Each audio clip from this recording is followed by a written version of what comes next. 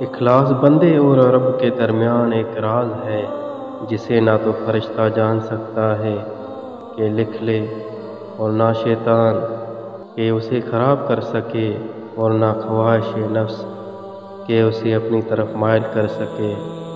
جب محبت کامل ہو جاتی ہے تو ادب کی شرط گر جاتی ہے۔ توبہ کے 3 معنی ہیں، پہلے ندامت، پھر عزم ترک، اور آخر ظلم و خصومت سے باز رہنا۔ توبہ یہ ہے کہ تو اپنے گناہوں کو بھول جائے۔ جس نے خود کو دل سے پہچان لیا اس کی زبان گنگ ہو گئی، کیونکہ مشاہدہ میں بیان کرنا حجاب معلوم ہوتا ہے۔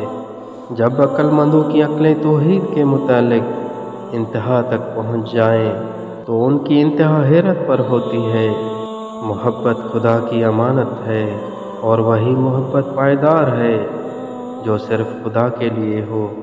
صوفی زمین کی مانند ہے جسے نیک و بد ہر ایک روندتا ہے، اور وہ ابر کے مانند ہے کہ ہر ایک پر سایہ فگن ہوتا ہے، اور بارش کی طرح ہے کہ ہر ایک کو سیراب کرتا ہے۔ ہاتھوں کا املاک سے اور دلوں کا تلاش اور جستجو سے خالی ہونا زہد ہے۔ عارف وہ شخص ہے جو خود تو خاموش رہے اور حق تعالیٰ کے اسرار بیان کرے۔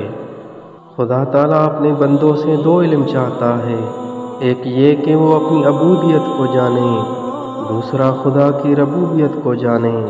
علماء کا تمام علم 2 حرفوں میں محدود ہے، عقیدے کی درستگی اور خدمت میں صرف حق کا لحاظ۔